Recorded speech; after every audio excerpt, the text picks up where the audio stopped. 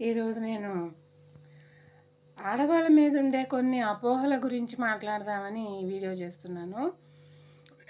ఏ వయసులో ఉండే మగవాడైనా ఆడవాళ్ళు ఒంటరిగా దొరికారనగానే వాళ్ళని సెక్స్తో లోబరుచుకోవాలని ప్రయత్నిస్తారు. ఆడవాళ్ళకి 40 years దాటిన తర్వాత, బిడ్డలు కలిగిన తర్వాత, లేకపోతే ఆ వయసు అయిపోయిన తర్వాత ఏ రకమైన సెక్షువల్ ఇంట్రెస్ట్ ఉండదు. ఇది ఫస్ట్ అర్థం చేసుకోవాలి మగవాళ్ళు. ఒకవేళ చిన్న వయసులో సెక్స్ ఇంట్రెస్ట్ ఉన్నా కూడా దాన్ని చాలా కంట్రోల్లో ఉంచుకుంటారు ఆడవాళ్ళు. మగవాళ్ళ కాదు. సెక్స్ ఇచ్చినంత మాత్రాన డబ్బంతా ఇచ్చేసి వాళ్ళ శ్రమంతా వీళ్ళకి దారిపోస్తారనుకుంటారు. అదేంటో జరుగుతుంది. అంత తెలివి తక్కువగా ఆడవాళ్ళు ఉంటారా? చిన్న వయసులో కూడా ఆడవాళ్ళకి ఒక పెద్ద బాధ్యత ఉంటుంది. అదేంటంటే సెక్స్ ద్వారా మగవాడు ఏమీ ప్రాబ్లం లేకుండా బయటపడిపోతాడు. కానీ ఆడవాళ్ళకు మాత్రము ఆ ప్రెగ్నెన్సీ అనేటటువంటి ఒక శాపం, పోనీ దాన్ని వరం అనుకున్నా, ఇటువంటి అన్వాంటెడ్ అయినప్పుడు అది శాపంగాను చాలా అభ్యంతరకరంగాను ఉంటుంది కదా.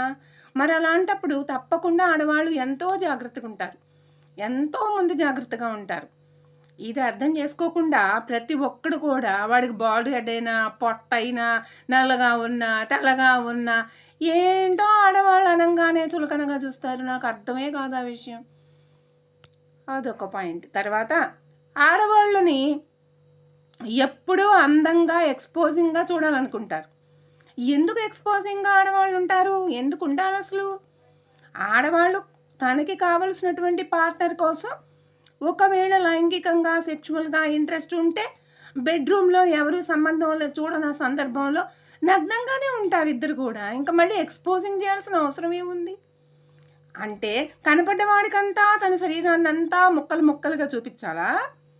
చూపిస్తే అసలు ఆడదానికి గౌరవం ఉంటుందా? మగవాళ్ళు దానివల్ల ఏం లాభం పొందుతారు అటువంటి ఆడవాళ్ళ వల్ల?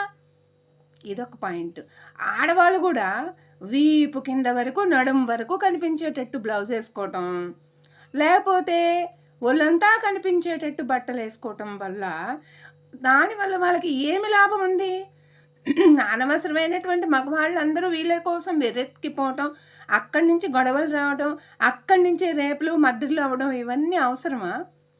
అందం కోసం తన సర్కిల్లో, తన క్లోజ్ సర్కిల్లో ఉన్న సందర్భంలో, తనకి ప్రొటెక్షన్ ఉన్న సందర్భంలో ఎలాగైనా ఉండొచ్చు. అర్ధనగ్నంగా ఉండొచ్చు, భార్యాభర్తలు అయితే నగ్నంగా కూడా ఉండొచ్చు. అది యాక్సెప్టెడే. మరి కనపడ్డ వాళ్ళందరికీ చూపించాలనేటటువంటిది ఏముంది? అలాగ మగవాళ్ళు ఆలోచిస్తున్నారంటేనే అది తప్పు. ఆ తప్పుని మనం ఖండించడానికి మనం వాళ్ళు కోరిన విధంగా వాళ్ళకి అట్రాక్షన్గా ఉండేటట్టుగా మనం బట్టలు ధరించాల్సిన అవసరం లేదు. ముఖ్యంగా నైటీల గురించి నోటికొచ్చినట్టు మాట్లాడుతున్నారు మగవాళ్ళు కానీ, పెద్ద అయిన ఆడవాళ్ళు కానీ. వీడియోలు ఎన్నో పెడుతున్నారు యూట్యూబ్లో. ఎవరికి ఏది సౌకర్యంగా ఉంటుందో, ఏది చవకగా ఉంటుందో, ఏది మేనేజబుల్లో, ఏది ఉతకడానికి సులువుగా ఉంటుందో, ఒళ్ళంతా కప్పడానికి అవకాశం ఉంటుందో అది నైటీ. అది వాళ్ళందరూ ఎప్పటి నుంచో దాదాపు 40-50 ఏళ్ల నుంచి వాడుతూనే ఉన్నారు. ప్రపంచవ్యాప్తంగా అందరూ వాడుతూనే ఉన్నారు. దాన్ని మనం నైటీ అంటున్నాం.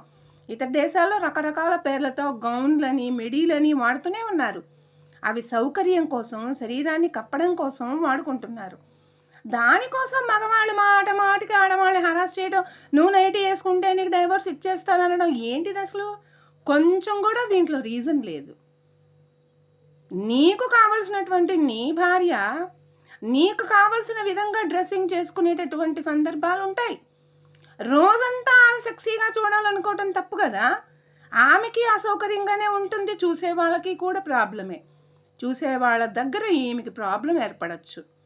అసలు శరీరాన్ని ఒళ్ళంతా కనిపించి, లేకపోతే నగ్నంగా ఉంచుకుని, లేకపోతే అర్ధనగ్నంగా ఉంచుకోవడం అనేటటువంటిది ఆడవాళ్లే చేస్తారు ఇంటర్నేషనల్గా. ఎంతో చలి దేశాలైనటువంటి దేశాల్లో కూడా ఆడవాళ్ళు అర్ధనగ్నంగా బట్టలు వేసుకుంటారు. అంటే అర్థం ఏంటి? మగవాళ్ళని అట్రాక్ట్ చేయటం ఒక్కటి మాత్రమే, శారీరకమైన అట్రాక్షన్ చూపించటం మాత్రమే ఆడదాని ఉద్దేశమా? ఆమె జీవితానికి ఒక విలువ అని వీళ్ళు కూడా దాన్ని యాక్సెప్ట్ చేసినట్టే లెక్క. అంతగా అర్ధనగ్నంగా, అంతగా నగ్నంగా కనిపించాలని ఆలోచించటం, శరీరానికి అసౌకర్యం కలిగించే సందర్భంలో కూడా అటువంటి బట్టలను ధరించటం అనేటటువంటిది అది నిజంగానే మగవాళ్ళని మేల్ షేవనిజం అంటారు దాన్ని. మగవాడి యొక్క దౌర్జన్యాన్ని, అతని యొక్క ప్రలోభాన్ని మనం యాక్సెప్ట్ చేసినట్లు లెక్క అవుతుంది. మనకి ఏది కంఫర్టబుల్గా ఉంటుందో, ఏది అందంగా ఉంటుందో, ఏది ఫ్యాషనబుల్గా ఉంటుందో, ఎలా ధరిస్తే బాగుంటుందో అది మనం నిర్ణయించుకోవాలి. మగవాళ్ళు ఏంటి నిర్ణయించేది? మగవాళ్ళు వేసుకునే బట్టలు మనం చెప్తుంటే వాళ్ళు మార్చుకుంటున్నారా? మగవాడు మాత్రం తల నుంచి కాలు బొటన వేలు వరకు కూడా కవర్ చేసుకుంటున్నాడు. షూ తోటి, పైన షర్ట్ తోటి, కింద ప్యాంట్ తోటి, ఇంకా కావాలంటే చేతులకి గ్లౌజ్ తోటి అన్ని రకాలుగా కవర్ చేసుకుంటున్నాడు. ఏ సందర్భంలో కూడా అంత భాగం కూడా శరీరాన్ని చూపించడు. మగవాడు ఒళ్ళంతా కనిపించేటట్టు చూపించినా ఎవ్వరు అట్రాక్ట్ అవ్వరు. మగవాడి శరీరాన్ని చూసి అట్రాక్ట్ అయ్యే ఆడవాళ్ళే ఉండరు. ఆడవాళ్ళ శరీరం చూసి అట్రాక్ట్ అవుతారు మగవాళ్ళు. అలాంటప్పుడు అక్కడ ప్రాబ్లం ఆడవాళ్ళకే వస్తుంది. అప్పుడు ఆడవాళ్ళే జాగ్రత్తగా ఉండాలి. మగవాళ్ళు అర్ధనగ్నంగా ఉన్నా, నగ్నంగా ఉన్నా ప్రాబ్లం లేదన్నప్పుడు వాళ్ళు ఎందుకు కవరప్ చేసుకుంటున్నారు శరీరం అంతా? ఇది ఆలోచించాలి ఆడవాళ్ళు. అంటే వాళ్ళకి చలి నుంచి రక్షణ, ఎండ నుంచి రక్షణ, గాయాలు అవ్వకుండా, లేకపోతే ఇతరులు తన శరీరాన్ని చూస్తే దాన్ని చూసి ఎగతాళి చేయకుండా ఈ రకంగా బట్టలను ఉపయోగిస్తారు ఎవరైనా కూడా. ఆడైనా మగైనా బట్టలు కట్టుకోవడానికి ఉద్దేశము అన్ని రకాలైనటువంటి వాతావరణాల నుంచి వాళ్ళకి రక్షణ ఒక పాయింట్. రెండో పాయింట్, ఏదైనా అనూహ్యమైనటువంటి పరిణామాలు జరిగినప్పుడు, ఏదైనా యాక్సిడెంట్ జరిగినప్పుడు గీతలు పడకుండా, శరీరానికి గాయం రాకుండా, ఏదైనా కాలితే ఆ కాలుడు శరీరానికి అంటకుండా బట్టల వరకే కాలిపోయేటట్టు కొంతవరకు అట్లాంటి అవకాశం కలిగించడం కోసమనే బట్టలు వాడతాం మనం. అది రక్షణ, శరీరానికి రక్షణ. అది తర్వాత రెండో పాయింట్ అందం. తర్వాత మూడో పాయింట్ మాత్రమే అక్కడ ఇతరులను ఆకర్షించడం అనే పాయింట్. ఇతరులను ఆకర్షించడం అనే దానికోసం ఆ వ్యక్తిని బట్టి, ఆ సందర్భాన్ని బట్టి, ఆయా సీజన్ని బట్టి ఎవరైనా వాడుకుంటారు. కాబట్టి అందరు ఆడవాళ్ళని శాసించాలని కనిపించిన మగవాళ్ళల్లో ఆలోచించి ఇలాంటి బట్టలు వేసుకుంటే బాగుంటుంది, ఆడవాళ్ళు ఇలా నైటీలు వేసుకోకూడదు, చుడిదార్లు వేసుకోకూడదు, చీరే కట్టుకోవాలని చెప్పాల్సిన అవసరం ఏంటి?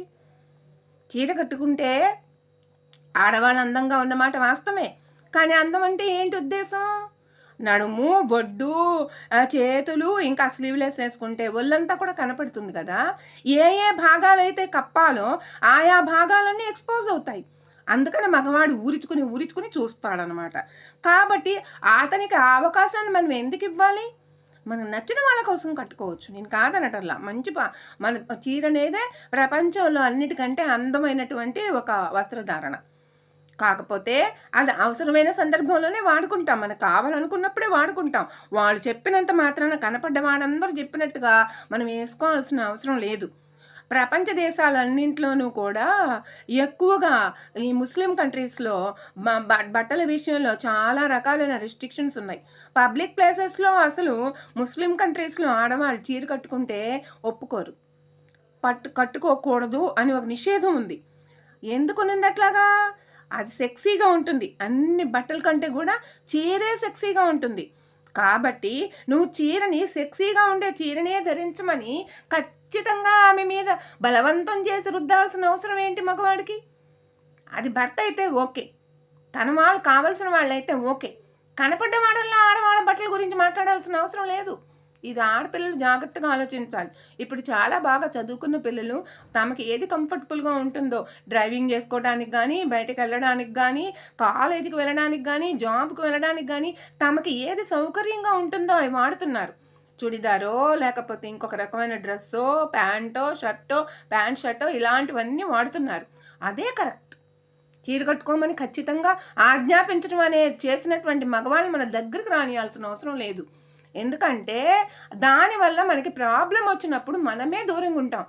మనం అందంగా ఉండాలని మనకు తెలీదా? మనం కూడా మన వాళ్ళని అట్రాక్ట్ చేయాలనే విషయం మనకు కూడా తెలుసు కదా.